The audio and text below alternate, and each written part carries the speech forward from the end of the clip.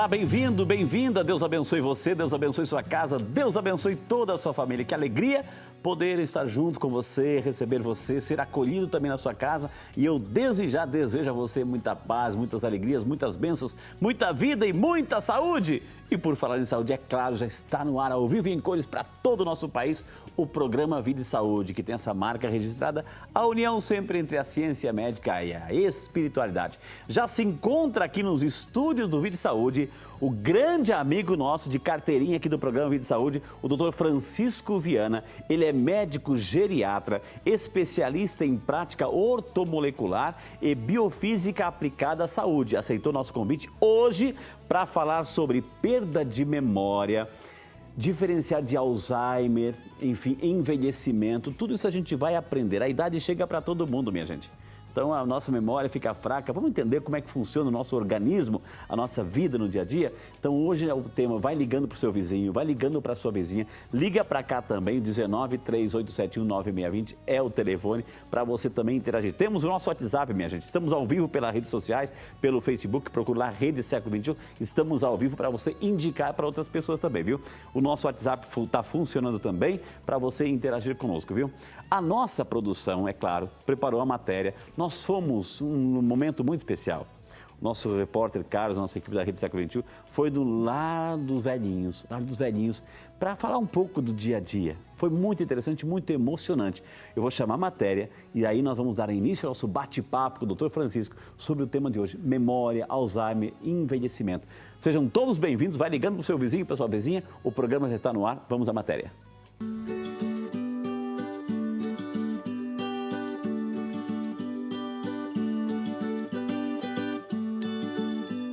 A perda da memória é algo de fato muito temido pelas pessoas, principalmente para aquelas com uma idade mais avançada, que se perguntam se a perda da memória pode ser o primeiro sintoma do Alzheimer.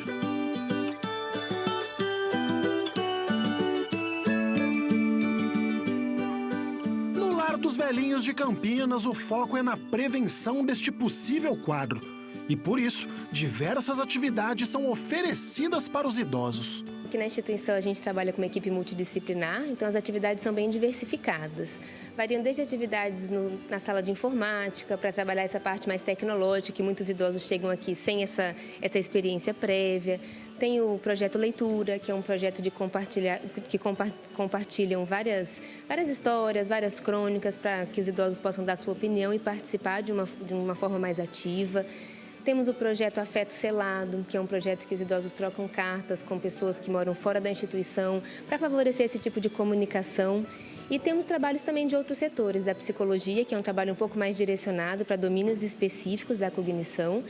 Temos trabalhos da parte de fisioterapia e da parte de recreação, e aí principalmente a parte de atividade física aeróbica, que tem se demonstrado um fator protetivo para evolução de demência a longo prazo, e principalmente as atividades de socialização, que a gente observa que muitos idosos, quando chegam, eles viviam em ambientes muito privados de estímulo, não tinham muitas companhias, não tinham muitas atividades, então quando eles entram, eles acabam observando que o universo é um pouco maior nesse aspecto. E no aspecto psicológico, o trabalho também é muito bem feito, por meio da estimulação cognitiva. São grupos, de uma média de 6 a 12 idosos, em que eles executam atividades para resgate da memória de curto, médio e longo prazo. Então, nós temos atividades para trabalhar a parte da noção financeira, atividades com cores, atividades com memórias familiares, fotos, todos os tipos de recurso. E através dessas atividades, à medida que os idosos vão resgatando essas memórias, eles ficam mais participativos e acabam tendo uma aderência maior em outras atividades. E claro que toda essa gama de atividades já está gerando resultados na vida dos idosos. Tem uma parte mais subjetiva, né, que é quando você vê aquele idoso que nunca participava de nada, que tinha muitas limitações do ponto de vista funcional, ele tendo ganhos, então isso aí pessoalmente é muito gratificante. E da parte objetiva também, é muito comum a gente observar um comportamento nos testes cognitivos mais objetivos de um idoso que ganha pontos porque entrou na instituição. Então, mesmo o idoso saudável, aquele que já tinha um processo de demência em evolução, ele ganhar função é uma coisa muito gratificante que a gente consegue provar objetivamente. E é um comportamento recorrente na avaliação desses idosos. Que atividades que vocês fazem para prevenção de memória aqui, para ter uma memória boa no dia a dia? A gente faz de tudo, né? Elas fazem pergunta para ver se a gente já esqueceu, volta lá, pergunta, mas não esquece, né? Acaba não esquecendo, então. Não. A memória é boa. Tá ainda boa. Tá boa ainda. A instrução aqui é no lado dos velhinhos, que tem uma terapia que a gente faz com as psicólogas e sobre a memória, né? Teste de memória. E tem muitas atividades aqui também. Tem a musculação, tem um projeto de leitura, e que tem na terça-feira, na sexta-feira também tem outros programas. E tem várias atividades aqui do lado dos velhinhos, que facilita a praticar sobre a memória. Para ajudar na memória, a gente tem a Vani, que participa de muitas brincadeiras. Então, diversos tipos de jogo de memória, jogo de caça-palavra, e a gente participa. E para ajudar na junta, nos dedos, também da memória, a gente faz artesanatos. E a senhora gosta de fazer as atividades? Adoro. É bem tratada? Bastante. Bem tratada. Aqui a gente é muito bem tratado. Muita recordação, muito ajutório. Se a gente precisa de uma ajuda, eles estão sempre prontos. A gente é muito bem acolhida. E, olha, não tem coisa melhor.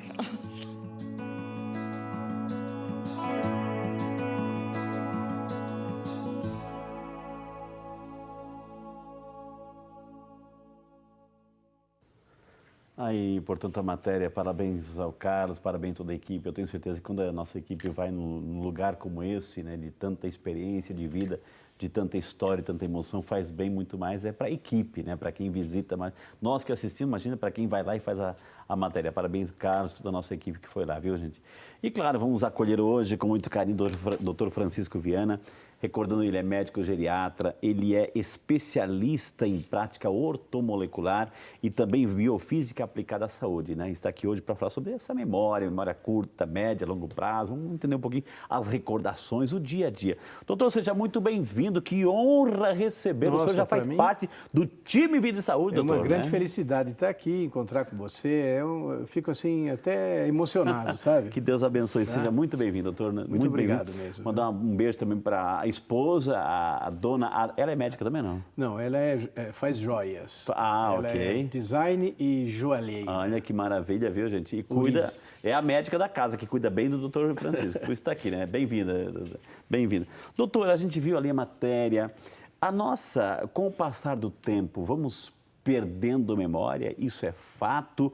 Vamos perdendo algumas referências? Como é que funciona o nosso cérebro, doutor?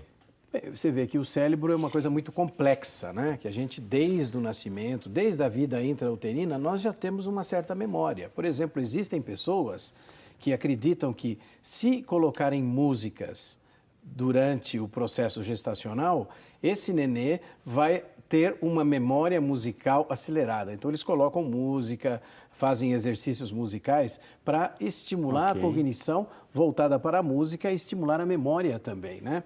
Porque a memória, ela na realidade, ela é muito importante porque ela é parte do que nós chamamos cognição.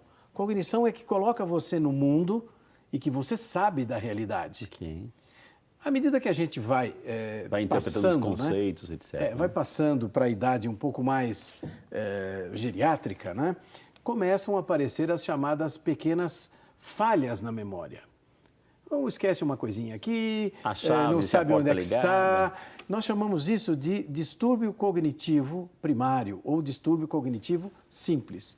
Então, esse distúrbio cognitivo não é ainda uma perda total da memória, mas já é um sinal que algum processo cerebral ou até emocional está impedindo o bom funcionamento da memória. Não é? Agora, doutor, assim, com o nosso dia a dia, esse corre-corre do dia a dia, a gente vive num estresse enorme, com tensões, cargas emocionais diferenciadas. Isso afeta a nossa memória, a nossa capacidade de concentração, de raciocínio, de interligar as coisas, doutor? Afeta? Sim, de forma muito violenta, porque o estresse é uma das causas de uma série de enfermidades, Entendi. seria multicausal. E quando você está sob pressão emocional, sob estresse, seja o estresse social, o estresse de uma perda, existe uma perda cognitiva. Okay. Quer dizer, você fica fixado naquele acontecimento e os outros acontecimentos que vão passando não são registrados de forma consciente como deveria ser de uma forma ampla. Então, a gente sempre adverte e aconselha para que as pessoas reflitam sobre si mesmas. Pensem sobre o seu desenvolvimento biográfico, isso é, coisas que você realizou na vida, fatos importantes da sua vida e pense com emoção. E você falou muito bem, quando nós temos estresse emocional, afeta toda a nossa vivência e afeta também a memória. Entendi.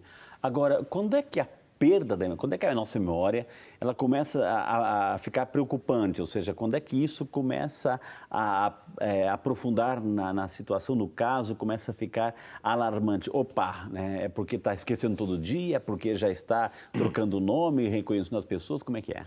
Então, eu vou lhe dar um exemplo. Agora aconteceu, isso nós lemos no jornal, que um empresário se perdeu. Foi procurado, depois acharam num estádio de futebol. Então, o que aconteceu? Ele esteve num estado crepuscular, isto é, perdeu a noção, ou ele teve uma falha, ou um processo cerebral, um AVC, um micro-AVC. Mas o que mais acontece é que as pessoas começam a perder localização geográfica, a perder coisas que faziam no dia a dia, e isso já é um sinal que a memória de curto prazo, aquela que você relaciona no tempo e em seguida, que nós podemos dizer, já está sendo afetada. Entendi. Então, muito importante, se você tem um idoso em casa, uma pessoa com mais de 60, 70, 80 anos, observar como é que esse idoso se refere, se ele está falando só do passado, se ele tem uma memória do que ele comeu ontem, das coisas que ele fez. Porque a memória... Eu posso fazer essa pergunta no dia a dia, doutor? Eu posso perguntar para a mãe, para o pai, enfim, para essa pessoa que tem 70 anos, 80, ou seja, eu posso fazer ela... Como é que eu posso fazer, abordar, sem que a pessoa não perceba que ela está sendo testada ou que não fique aborrecida? Então, ter, obviamente, o respeito, né, pelo idoso, que nós devemos respeitar, e perguntar de forma, assim, muito tranquila, né? Olha... Ontem nós fomos lá em tal pizzaria, tal. Qual foi a pizza mesmo que você escolheu? Né? Como se você tivesse esquecido e dar uma chance para o idoso recuperar isso. Olha, lembra aquele relógio, né? Aquele relógio novo que você ganhou no aniversário? Que marca mesmo que era? Com perguntas simples, para que a pessoa também faça a correlação entre a memória passada, a memória presente e faça o que nós chamamos de raciocínio dedutivo, que une os dois. Né? Agora, quando as pessoas começam a repetir muitas frases, começam a ter uma linguagem... onde é que está aquilo? Onde é que foi? Se não é por brincadeira, você tem que prestar mais atenção. Entendi. Frases repetitivas, frases que talvez estejam fora do contexto. Você está conversando, daí ele fala de uma outra coisa que não tem no contexto. Você está falando sobre uma fazenda, por exemplo, ele vai falar da 3M, de alguma coisa assim, de materiais, etc. Então, essa correlação entre o fato presente, que é o distúrbio cognitivo, e a memória de longo prazo, dá para você ver. Você imagina só, memória de curto prazo. Quando o indivíduo tem uma demência, que pode ser uma demência vascular, por causa da circulação, ou Alzheimer, não é? Imagina se você não tem a memória de curto prazo, então você está aqui. A gente colocou até uma tela, o senhor vai falando e a gente coloca a tela aí, né? Ele está falando de memória de curto prazo. Memória de curto prazo, ela é operacional, ela serve para gerenciar a realidade. Então você pega o idoso que já está com um certo comprometimento cerebral, com demência, pode ser em diversas fases, e você tira ele do local e vai dar um banho. Como ele não tem essa sequência temporal, ele se revolta, porque para ele estava sentado e de repente houve um lapso e de repente ele está sem roupa tomando banho. Entendi. Então ele não faz essa conexão entre os fatos e isso já é um sinal de demência, não é? Ela é progressiva, ela vai aparecendo aí aos poucos ou de repente é abrupta? Existem casos que são precoces, né, de Alzheimer precoce, até os 40 anos de idade. Você tem na literatura que uma pessoa de repente entra com uma perda cognitiva e memória também muito rápida, e outras que são mais progressivas, né? Isso vai depender, não depende da classe social, de raça, de nada, depende de como esse cérebro está estruturado, como é que estão os neurotransmissores e de que forma a pessoa trabalhou a sua cognição durante vários anos. Nós vemos também, às vezes, professores, né? Já tive caso... Aliás, hoje é o dia dos professores. Sim, parabéns aos professores, né? Aí, né? Estamos aqui graças a eles, né? E que, por mais que sejam professores MS6, etc., tiveram Alzheimer. Quer dizer, não é somente a cultura, é também um fator intrínseco cerebral, não é? As causas, por exemplo, do Alzheimer são múltiplas. Ninguém realmente sabe exatamente. Sabemos que tem aquela proteína tal e uma desconfiguração do neurônio e uma atrofia do cérebro. Então, se nós pensarmos que se o cérebro como um todo, a memória precisa do cérebro como um todo e do cerebelo, se há uma atrofia, já existe um comprometimento físico que gera esses transtornos. Já falar um pouquinho sobre definir um pouco o Alzheimer. Doutora, se é para chamar um intervalo, o senhor está falando das frases, comecei a lembrar algumas frases que eu já ouvi. Assim, de repente você está na sala, vai para a cozinha, da cozinha para a sala. O que eu vim fazer aqui mesmo? Né? O que eu vim pegar mesmo? Ou seja, isso é um lapso. Um lapso. Um lapso. Se isso se repetir muito, você chama essa memória de médio prazo e curto prazo e você volta com essa memória associativa. Fui buscar um copo d'água. Isso pode ser distração. Isso acontece muito com criança, também acontece com o jovem e com o idoso, né? Quer dizer, na realidade, todos nós temos um pouquinho. Temos. Não existe ninguém que não dê aquele entende? Mas é para se observar, por falta de atenção, no caso de um jovem ou de uma criança, por um distúrbio da atenção, onde tem dificuldade para a concentração, do aprendizado também, isso também é relativo à memória. Essa questão assim, das recordações, a memória também são recordações. Ou seja, o senhor falou da música no ventre, enfim... uma situação de tensão, de briga, de discussão, isso também causa essas memórias, digamos assim, estressantes ou memórias revoltantes, não sei se eu posso chamar assim? Existem estudos, né, que dizem que também que o cérebro sofre um certo campo de interferência quando você tem um trauma muito grande. Entendi. Existe um médico, o professor Hammer, que ele estudou tomografias cerebrais e ressonâncias magnéticas em pessoas que tiveram doenças graves e problemas emocionais graves, ele conseguia determinar um certo local onde havia uma certa imagem deformante. Então, o estresse emocional, as pressões ambientais, a história de vida. Você imagina uma pessoa numa guerra, sobre uma situação terrível, né? Esses, por exemplo, os pobres refugiados, né? Que a gente sempre quer que eles sejam bem-vindos, né? Então, isso danifica a memória. Não danifica só já, mas danifica pela vida toda. Fica um trauma de difícil resolução. E isso também afeta a memória. Gente, o assunto de hoje, perda de memória, envelhecimento, Alzheimer. Hoje, com um dos maiores especialistas que esse planeta conhece, o Dr. Francisco Viana. Vou chamar o nosso primeiro intervalo e, na sequência, a gente vai perguntar um pouquinho para ele o que é um Alzheimer. O que é um Alzheimer? Como se manifesta, né, essa questão da memória? Vimos a memória curta, mas tem a memória de médio prazo e longo prazo. Vamos entender a diferença. Tudo isso e muito mais no próximo bloco, só para você. Não sai daí, a gente volta.